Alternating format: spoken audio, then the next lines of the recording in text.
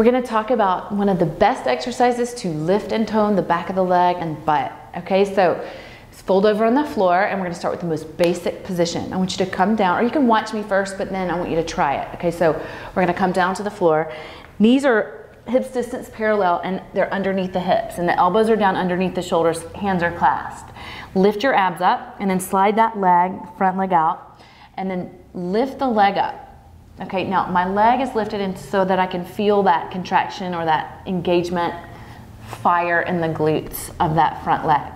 Okay, now we're gonna lift the leg up into that fire and not let it release. So instead of going down, up, down, up, down, up, I'm going up, up, up. So that movement's gotten a lot smaller. Once I have that movement, then I can, and I have the position done well, I can start adding in some different variations with the leg, bent knee, turnout, all kinds of stuff. So you have to get the foundation first. But let me talk about the very main ways that people make mistakes. The legs, they start with the legs behind their hips, like this, and then they lift the leg up, and then they get really tired, and they're getting tired in their quads, and that's the front of the leg. So if you've ever done this exercise and you think, all I feel is my thighs, make sure your knees are underneath your hips. So use a mirror and check your form if you're not sure. And then the back could be arched, and the movement could be through your shoulder, through your lower back. So you want to make sure that the back isn't arched, but the abs are in, and the torso is really solid because you've turned your core on, and then you lift that leg up. Now you might think, well, her leg is higher than her hip. Isn't that dangerous? I want you to watch something. When I lift up into all fours, and then I take the leg up, which this exercise can be done on the arm with the arms extended, and I lift the leg up. Now I'm not lifting my leg up higher than my hip. I'm just lifting it up so that it's in line with my thigh. Sometimes people are down below their hip because they can't even raise their leg up high without arching the back. So do you see the difference in that? So I want to zip up, and I want to keep my hips in line. I want to keep my leg in line with my hips and my abs in so that I'm not into my lower back. Now the difference, what happens is when I'm here, when I come down into my forearms, watch my whole body shift down.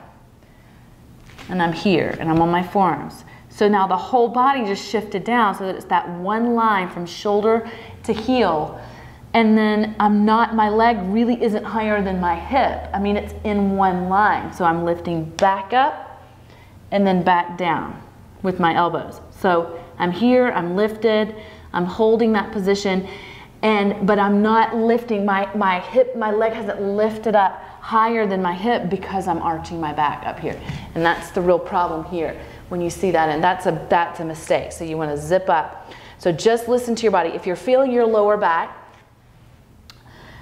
make sure that you're not moving in your lower back. When you work your seat or you work your butt and your back of the leg, when you're working that back into the body, your back works. It works because your back is in a neutral position and those muscles are engaged. They're stabilizing the position. They're not moving. Your lower back shouldn't be moving. So you want to watch your lower back. You want to watch to make sure your knees are underneath your hips, regardless of whether you're on your arms or you're on your hands. And you want to make sure that you're lifted up in your core and your powerhouse, and you want to make sure your movement is in that fire. You want to get inside that fire and really make your muscles work.